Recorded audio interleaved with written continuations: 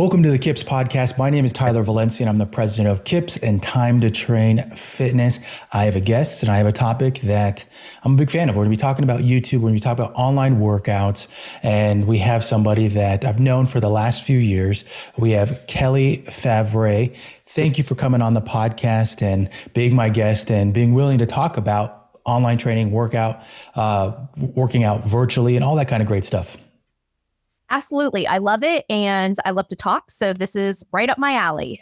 Yep. But before we get started in the podcast, I want to quickly remind our viewers, our listeners, that to go do all the podcast things, make sure that you like, you subscribe, you follow us, maybe share the podcast with somebody that you think might benefit from online training, or maybe just benefit from the podcast in general.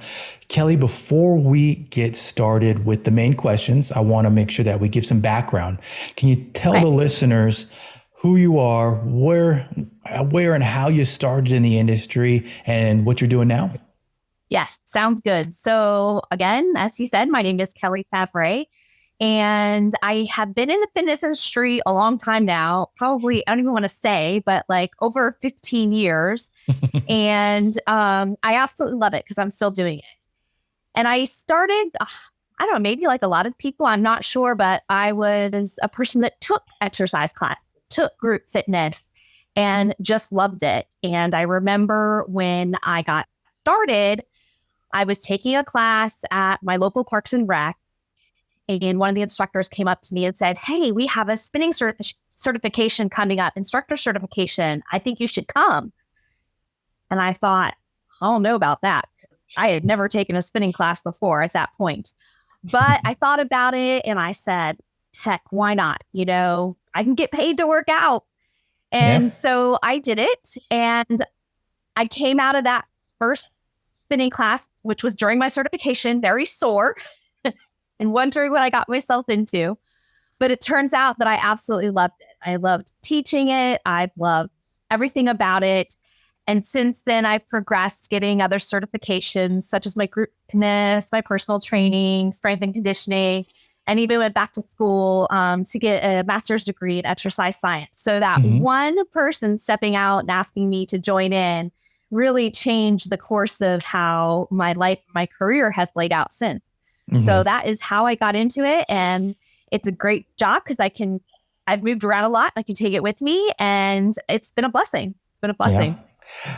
I want to do a tangent here. I know that we're talking about online. We're going to be talking about YouTube.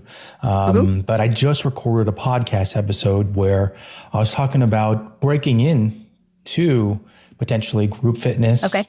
So you're a beginner, you're entry level, you're trying to get in. And I know that I've met other people just like that they were taking a class, and then the instructor noticed, hey, oh man, this person's good. They know what they're doing. They got a great personality. I think they would be such a great instructor. And then they go through that path. But I also know the same where they're maybe not the standout, but they like taking classes. They want to teach a class, and it's hard for them to break in. What's maybe a tip that you have that I can add on to maybe this other podcast I recorded that would be great for people to check out too? What's a tip that you have for people in that space? I think if there is a certain format that you're enjoying, that is something that you want to get into, say, I'm just going to go with spinning or indoor cycling, because that's my passion. I would actually encourage that person to go up to their instructor and explain to them that they're interested, talk to the instructor, find out what certifications. The first thing you would want to do is get a certification, but talk to the instructor in your class, and maybe they could help you and be a mentor and guide you on the process. They are going to be the ones that know what certification the gym or the facility is required. They can give you tips on which certifications to choose, which certifications to avoid. And then how I started out was that instructor allowed me to maybe teach 5 or 10 minutes of a class just to kind of get started and get used to it once I earned my certification. And then maybe do all of it or tag team with them. So that way you can kind of get used to being in front of a group of people and learn cueing techniques and class management and whatnot. So I guess my first tip would be to go talk to the instructor of the class that you're taking now and let them know you're interested. And I know when someone comes to me, I'm like, oh, let me tell you all about it. So trust me, they're happy to tell you about it and help you get into this industry. That's a good one. That's a really good one. And I think that networking aspect, that can give you that leg up, that especially if that instructor goes and tells the manager, the group fitness manager, hey, like I have this person that I think that they would be great. That's maybe what you need. I think sometimes gyms can be a little, I don't want to say cliquey, but they can be hard to get into it if you don't have that connection already a part of the gym. So I think that's a really good one right there. Getting back to now online training. I just had that little tangent that I wanted to go off right there. No, that's great. It's a great question because a lot of people don't know what to do. So with online training, to give some more background, Kelly and I met, and this is the power of social media. We've actually met through Facebook. Kelly saw some type of demonstration I was doing on some type of, I think it was a Facebook was the Scarlet. Live. I was talking about music interfaces. I don't know what show or Facebook Live it was, but Kelly reached out to me just for more insight on how to get your music lines connected, your microphone and your music line on one. And, I've tried a variety of interfaces and mixers, and generally I have one that I recommend. And we chatted right there. She shared some workouts that she's done. And, from my perspective, I saw the potential of, okay, she's got the professional setup, she's got a dedicated space, all things that I feel like were tips that I'd already given out. And this is all back during 2020, 2021, and eventually reached back out to her and brought her on board with my company, Time to Train Fitness, to do online workouts. And she's been with us how we've evolved from doing an on-demand library to now just strictly doing YouTube. And now she has her own YouTube channel that we have all her cycling workouts on. With online, what do you think has been the hardest part for you in general? First of all, when you laid it out like that, I didn't realize how far we had come. Yeah, it's crazy. You pretty fast with us. Yeah. Okay, so back to the question. I'm sorry, you're going to have to repeat it because I was too busy thinking, wow, we've really done a lot in a short amount of time. So, what has been the hardest part of online training for you? That's a toughie. Because I think, I know I kind of went into it thinking, oh, it's going to be easy. I set my camera up and hook this fancy thing that Tyler showed me up and we're going to be good to go. But it's not that simple. I hate to break it to you. And if you think it is, we can chat about it later. But let's see, the hardest thing, that's a tough one because there's a lot of hard stuff. I think the hardest thing was maybe going from having a audience kind of in front of you. When you teach in person, you have people that give you feedback. You can tell they're loving it. You can tell they're hating it. You can tell, oh, I need to cue this a little better, or, whatever. You don't get that feedback. So you're basically teaching to a camera, which I think I look back at some of my first ones now. I'm like, wow. So I think that was kind of the hardest part in the beginning, was overcoming that. And then just, it's kind of, I don't know if it's ever gotten easy. It's just things differ. Like we strive for a higher quality or higher potential with the videos. And every time we do that, it involves something that's a little bit more, changing the set, changing the lighting, those types of things. So I can't even say it ever really gets easy, but I think the initial beginning phase is learning how to overcome not having that feedback that as an in-person instructor you have all the time. Yeah, that's good. I think that's a good one that I know that I personally, I've had practice with doing lectures, recording lectures, and wasn't as big of a transition with that specific one, but it's more the mindset of preparing for it, that you have to bring it on each one. It's, you could be having a bad day. You could have slept wrong. Depending upon when you film, you might be tired from the rest of your day. I've experienced those things. And I think I've mentioned it even in the workouts, the difference between filming in the evening compared to if you film in the morning. I typically film in the late mornings, and the times that I have done like a 3 p.m. to 4, oh man, I'm already tired from the day. But you got to bring it. You have to bring your A game forward, because somebody tuning in, that might be that one workout that hooks them, like, oh, wow, like I feel motivated. This was great. I want to subscribe. I want to follow Time to Train, or whatever it might be. So that mindset, and that's something that we talk about as a group, the instructors with Time to Train, that don't push to get more content out. The quality of it, the mindset of it is more important than just going, okay, I just got to roll with it. Get your mind ready for it, because if not, it's in a compound. It's just going to be a snowball effect, which I think is different than working in a gym. At a gym, you can get away with it. If you don't have a great day, people are still going to show up, especially if you're a popular time. If you have an evening class that on a Monday, Tuesday, people are going to show up regardless. That's just part of the nature of it. But with online, it's sometimes just that one workout that catches somebody's attention and like, yeah, that was great. Not to mention it's out there forever. Yeah. So you go in and have a bad class in person, okay, brush it off. Next time's going to be better, and it will be. But when you put up that rushed content, it's there. Yeah, I guess until you delete it. But the point being is it's there. It doesn't just go away after the class is done. So good point. Building on that, what have been some of the things that you feel like you have evolved with over the last 2-3 years? And I think that's the beauty of YouTube, is the evolution of the individual, your own growth path in terms of what you learn, what you experience. What are those things that you feel like you've evolved with? A quick little promo break here in this episode. If you're a fan of the KIPS podcast, you know that at some point there's a promotion for the Naboso Duo insoles. I just pulled these out of my shoes, gave them a quick rinse to get the sock dust off of them, and I wanted to talk about them because they're great. They're fantastic.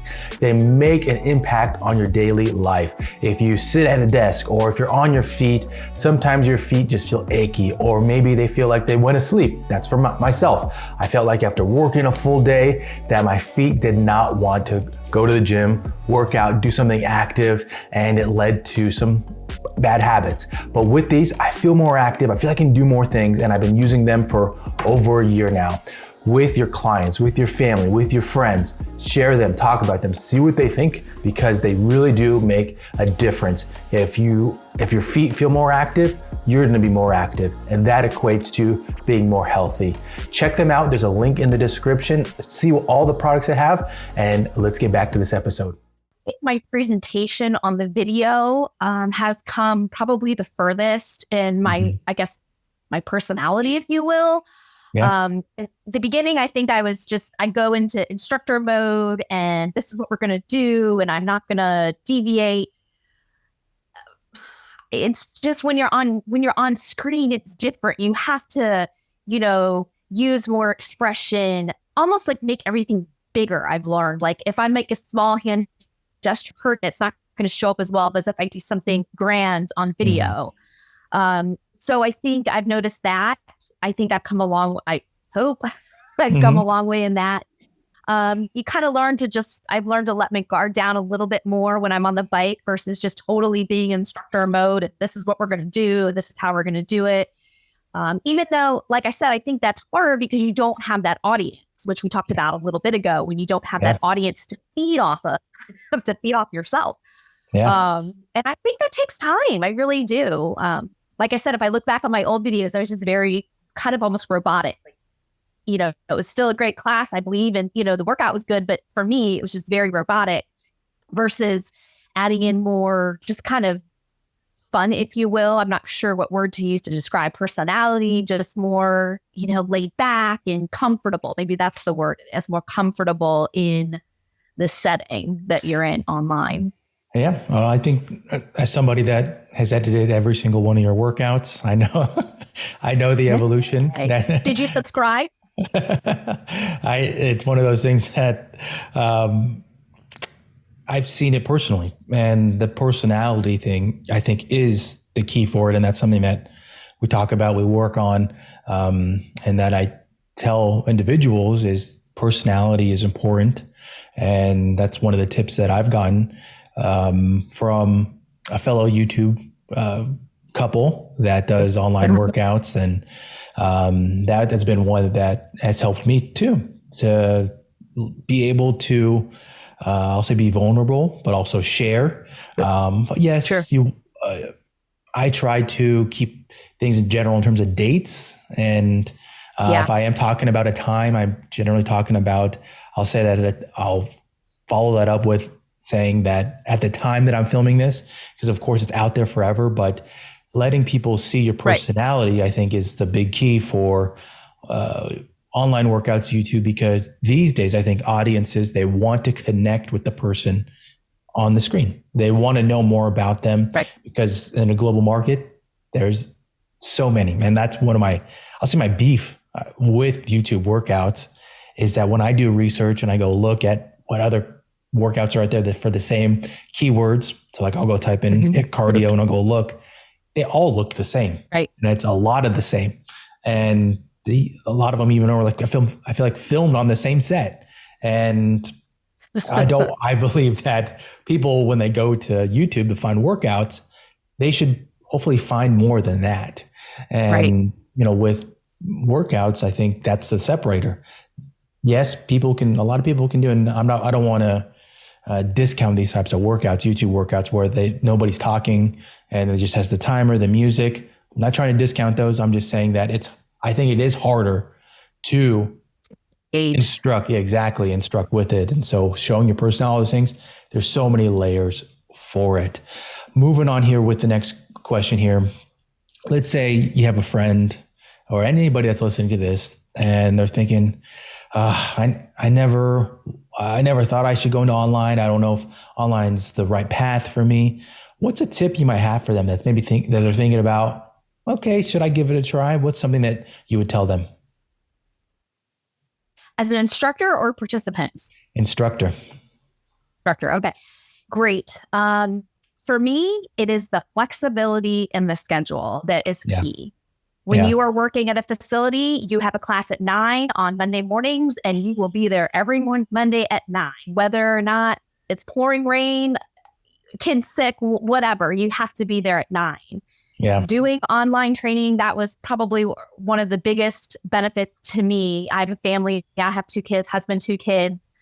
I'm a taxi driver. I go everywhere. I feel like they have more of a social life than I do.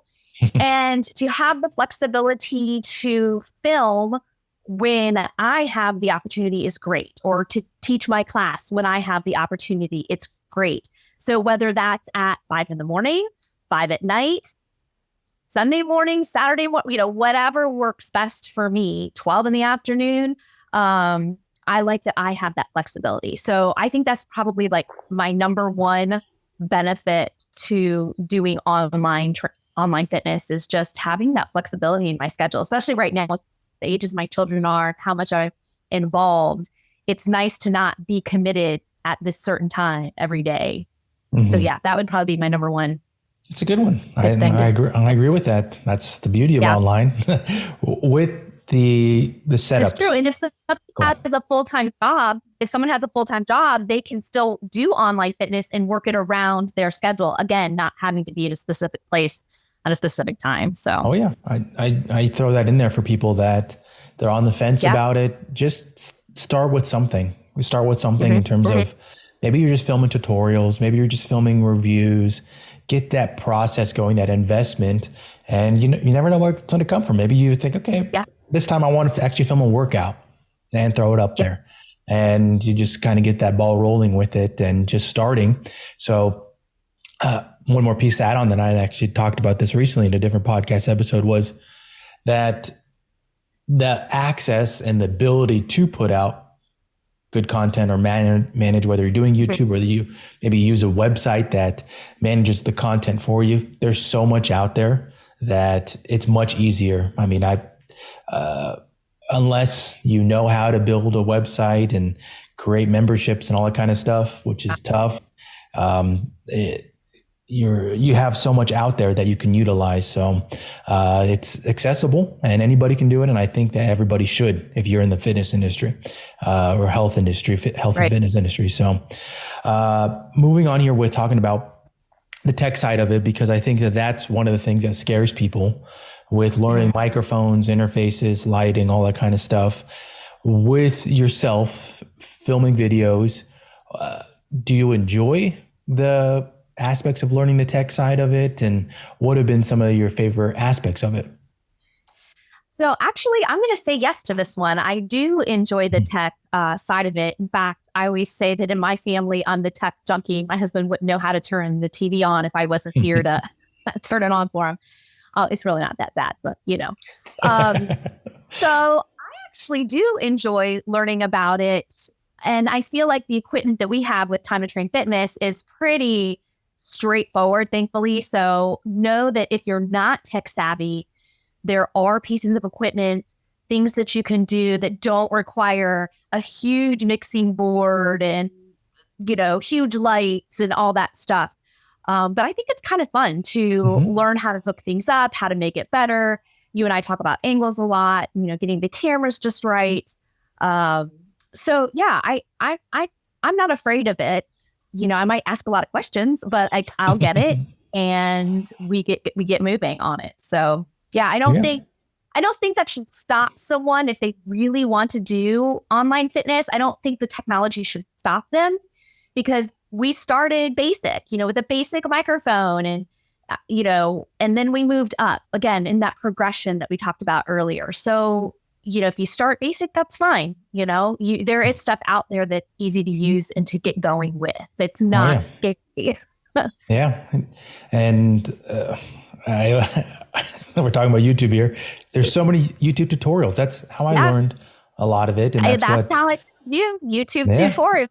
Yeah. And, when get something new, whether it's a camera, microphone, that's sometimes what I share too with instructors. Say, just watch the tutorials. I don't have to reinvent the wheel to break it down. Just go on YouTube, search whatever it is. And most likely somebody's done a setup video, how to use it, all kinds of stuff that you'd be amazed with. And I think that process, is the daunting part. Okay, I want to start with cameras. I don't know where to start. I don't know what to buy. But then how do I even set it up? I think that just getting going, that finding that motivation is sometimes the barrier. Right. I agree. Yeah. With talking about YouTube and, teaching to a camera, and YouTube has evolved. I mean, now they have chats available. You can do live streams, all kinds of stuff that helps you engage more with the audience. That's been one of the big additions I've personally seen over the last few years, is how they've really tried to hone in on the community aspect, try to build those parts off with it. We're quite not there yet in terms of doing live streams and whatnot, but I've seen them. I'm sure you've seen them too, when people do live streams, which are very impressive. With the growing audience and seeing those aspects of it, I think that some people might get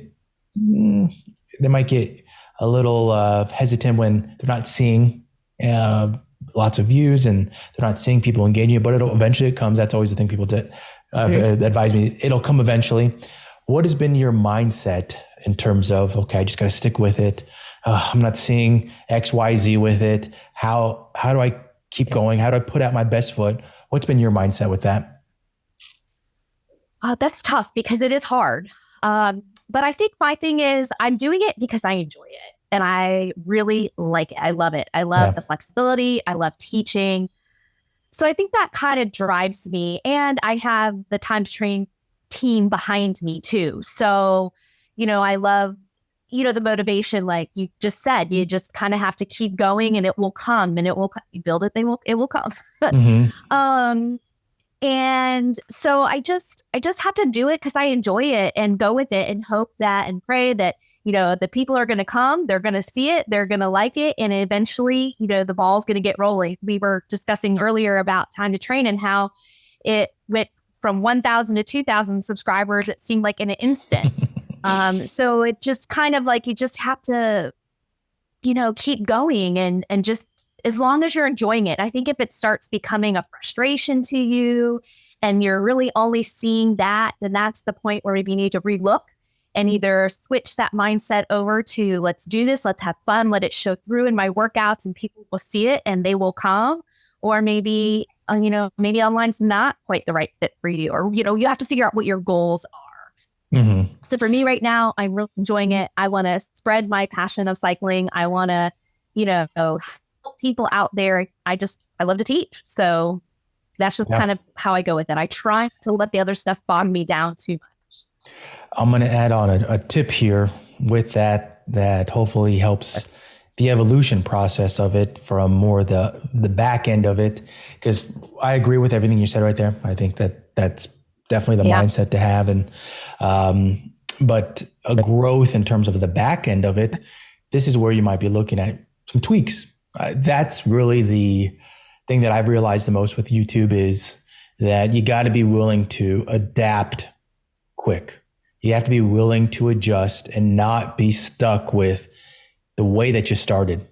That if your titles, if your thumbnail images, you want to keep branding, but you're really trying to adjust because a lot of it's window shopping with YouTube. People that go to YouTube, they're just searching, they're scrolling through, and you're trying to catch their eye, and then you're trying to hook them. And if you're in that boat where you're like, oh, I'm not seeing the results I want, start tweaking your thumbnail image. Is it the text? Is it the image? How are you creating it? Is it your title? All types of things that you wouldn't think. And I'll share that when we started with the Time to Train YouTube channel, I had numbers after each workout. It was workout number 54, whatever it was. And I do remember that. Yeah. And not anymore. And no, I adjust. I think from the time that I started the channel and where we're at now, I think probably gone through 6 different types of thumbnail images and how they're branded, how they look. And that's just part of the YouTube growth is that you start tweaking things. And I'll share an interesting thing here with how crazy YouTube can be, because we were talking about AI before we started recording this podcast, but there's also AI that looks at your thumbnail images that'll essentially read your image and try to pull what is in there if there's a bike in it. And that's part of, I'll use cycling as an example. That's why with Kelly's thumbnail images, she has to take images that are from a certain distance so that her cycling bike is it, because we want the Google AI to be able to see and recognize, oh, that's a cycling bike, or that's a bike, that's handlebars. Right. And then that goes into its algorithm of hopefully finding the correct viewer for it. And, something that I'm going to do after this is actually switch a thumbnail on one of my workouts. And that's because I tried something different for a workout that I published. And I usually smile. I'm not a big straight face person. And with one of the thumbnail images, I used like I was tired face. And so there's no smiling in it. And this is the first time that I've seen, like my views are really, really down for this workout. So I'm going to swap out that one image for me that I'm smiling in it, because I want to see if that makes a difference. And that's all part of the craziness of AI and with Google and YouTube and algorithms to think about. But it can be part of the fun of it too, I think. Well, now inquiring minds are going to want to know if that switched out thumbnail brings about more views. I'm going to have to ask you about that. Yeah, we'll see. It's crazy to think about that computers can do that, but it's also part of the fun of it. And that's why once you realize, this certain reaction, if I'm smiling or if I'm flexing or if I have a weight in it or I have a bike in it, that can make an impact on your images. Then you are like, okay, that makes sense. Now I need to hold this dumbbell, or now I need to smile in this, or what is that emotion that I want to depict from it? And I can't take credit for this. Again, it was a fellow YouTube channel that they shared this information with me, and I know he's a fan of the podcast. I'm talking about Jason Cohen of Kaylee Cohen Cycling and Strength, and he shares all these great insights with me. But I want to ask you a question here, Kelly. Yeah. With kind of how we started talking in the beginning, talking about in person, how do you compare in-person instructing to having a YouTube channel? What are some of those comparisons that you have? Well, the big one is, we've already gone over it, so I won't talk about it too much, is the no audience. That's kind of the big one. The other one is just, as an instructor, those of you that teach in person, there's probably a moment when maybe you start reusing your workouts that you've done before. Maybe you have 6 months worth and you start reusing, but online, that's not great, because then you're going to have the same video come out. So there's that constant generation of content, which, instructors in person do as well. But I know I've done it. I'm telling you now, I've reused workouts, because usually 6 months from now, no one's going to remember the workout that you did. Mm-hmm. So there's that constant generation of content. The time, I think, is different too. So you can, as an in-person, you can drive, you teach, you pack up, you go home. That's it. For me, and I don't know, maybe it's just me, Tyler, I don't know, but it takes me like an hour to get the lights right, the camera angles. I'm constantly looking, is my head in the shot? Is the music right? There's all those things that you have to think about with online versus, in person. You got to think about that stuff. So the time there, I'm not saying it's harder or whatever, but it is just a little bit more time. Mm-hmm. You can't run in at a class, if you're running late and you're there 3 minutes before, hop on the bike and teach. You can't do that with online. You have to take a little bit more time to get that done. Those are probably my big 3 takeaways. Those are good. I think just, yeah. Yeah. I will share that. And I know that people that know me or that know the setup process for setting a workout, it maybe takes me less than 10 minutes. And it's mostly because of practice, and I know where things go. And my setup process is different. And I know that some people. Okay, well, you know what? I'm going to pop in here too, because I have a dedicated space to film, but I share it with some living space with my family. So sometimes I have to take down cameras and stuff so that someone can do something in the room. So then I have to reset them up in the right spot. So, if you have a dedicated space, it might take less. And now me and Tyler, I'm going to have to up my game and get ready faster, since you only do it in 10 minutes. I know instructors that just keep all their cords in one box. Mine are in one box. But once you know the process of it, and you're like, okay, this cord goes here, this cord goes here, and I can cheat because since I edit them, I don't have to listen to the same music, and that's part of what, once you evolve as an instructor and you know what goes where. Like my workouts, and this is some insight that I don't think Kelly knows this, is that my audio is added in after. My music added in after. So I listen to whatever music I want to when I film. Get out. Wow. And it's one of those things where technology is advanced. Again, I keep coming back to that point of technology advance makes it easier, that I can just edit my audio, that it will dampen any external sound. So the music's not blaring when I'm filming these workouts, but I can just dampen it enough that it's not going to be heard. But you got to have the right software to do that knows how to denoise thing and all that kind of stuff. But it's part of the evolution with YouTube and doing online workouts. Is once you learn the process of it, it becomes second nature. This is part of your routine. This is all part of everything. And I think to build off of your tip there with having a dedicated space, I think that it's now become, in my opinion, a must in terms of if you were to make this your career, and even if it's small, even if it's a small space, and I've seen channels that have thousands of followers, and nothing wrong if you live in an apartment, a condo, whatnot, but people will find a space, a dedicated space, that's where they film and that's where their set is, and they make it work that way. And I share that because some people think, I got to have this humongous room and I got to have whatnot.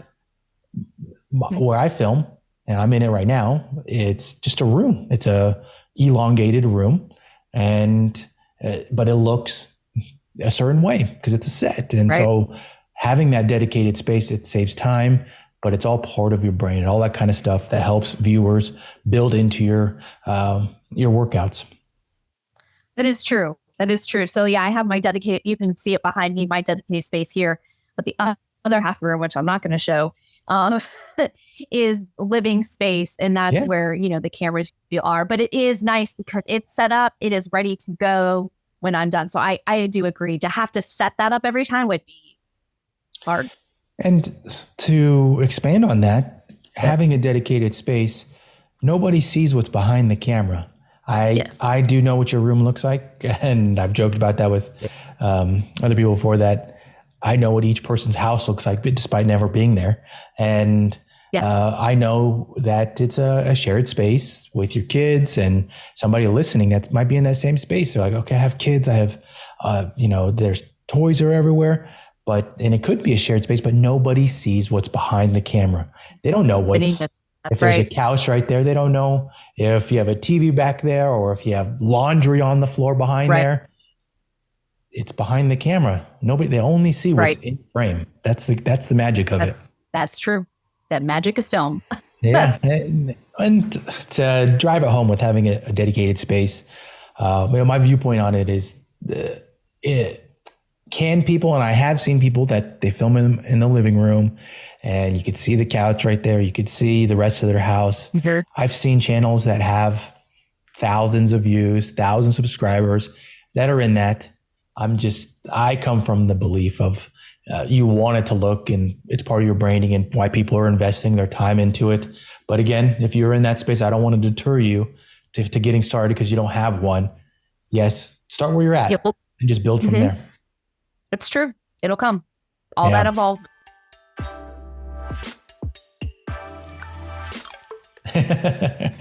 Well, let's get down to the podcast takeaways for this episode. And, we're going to continue the theme of talking about online training here. And same question that a lot of guests on this podcast, the KIPS podcast, have been asked. Kelly, what are 3 myths about online training? And you can take this however you want. Okay. So I'm going to take it from a little bit from an instructor standpoint first. Mm-hmm. And I think one of the myths is that you can just film and go, and then you're done. Mm-hmm. And I want to put a little caveat there because we kind of just talked about this a little bit, that it's really a lot more than just setting up your phone and going. Mm-hmm. However, if you are, where are you coming from? Are you coming from, like you said, you want to make this your business? Do you want to try to make money from it? Or is this just something that you're doing to supplement your clients? Maybe if it's the latter, your iPhone on, propped up on your whatever is fine. But if you're talking about, you want to try to make money on it or make this a living, then I think you have to go that extra mile. And it's not just as easy as setting up and going. Maybe it is in the beginning, but know that you would have to evolve. So I think that myth of like, oh, you just have to set it up and film myself working out, and there we go. Again, think about where you're coming from. So I think that's one of the first myths. Also, that people might say like, oh, this is less money because I'm at home and I don't have to travel and I don't need childcare because my kids can stay at home. Yeah, I think that might be true in some aspects, but it's also going to be an investment.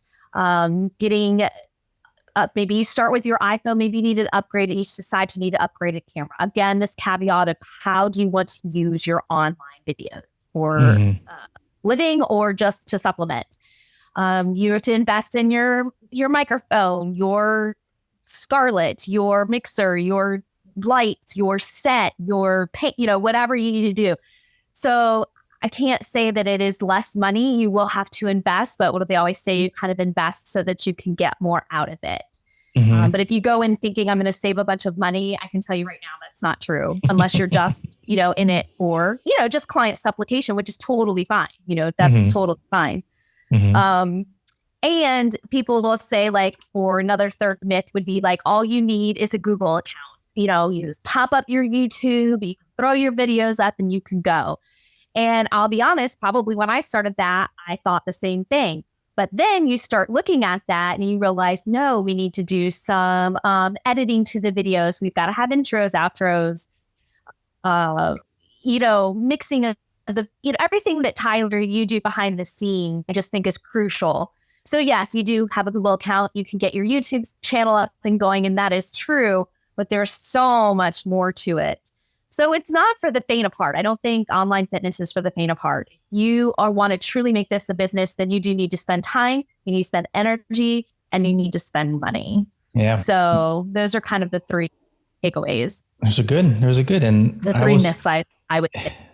The biggest compliment that I feel like I get is when somebody tells me that whether it's another Fit Pro or someone doing online workouts, that they hear or see our workouts and they say, oh, wow, like it sounds so good. Like, how do you get it to sound so good? Like that is like the biggest compliment that I could get, because there's so many steps, and I can't just say, oh, it's the software. There's so many steps that are involved with it that we as a team practice on and work on. And it's part of the growth of it. That's the big takeaway that I took from everything that you talk about, the investment in it and the growth mindset. I think we haven't talked about that term yet in this episode, but I've heard it so many times from other YouTubers, is the growth mindset of it. And that's part of YouTube, is that wherever you started, just realize that's where you're starting. And you got such a long journey to go forward with YouTube, and you have to make sure that you're evolving along each step, whether it is your setup, whether it is your camera, your background, how you present, how you instruct. You can't be stuck in just teaching the same workouts. I'd shared earlier that I do research on a weekly basis to see what's out there.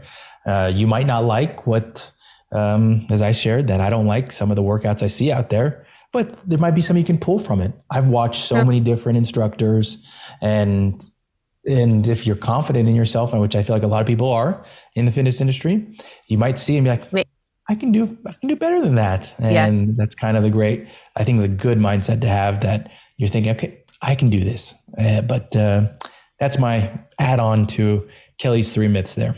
Kelly, before we sign off here, can you make sure to share your social media links, YouTube links, and how people can find you? Absolutely. Yes. So it's really easy. It's Kelly at Kelly Favret Cycling. That's what it is. And you can see how to spell. I know my last name's kind of crazy, so I'm sure that you'll put it in the show notes or whatever, how the links to it. But Kelly Favret Cycling, and you can find me that way on Instagram and YouTube. So join me, come take one of my rides. We're going to have lots of fun, and I'm glad I could be here. Thank you so much for asking me to be on this podcast. I love helping other fitness professionals as well. So this is a great avenue to do that. Great. Thank you for being my guest again. As she mentioned, the links will be in the description. Thank you for taking your time to listen. I know there's a lot of options out there with podcasting and with fitness tips, health tips, all that kind of great stuff. So again, I appreciate you tuning in, listening, and I will catch you in the next one.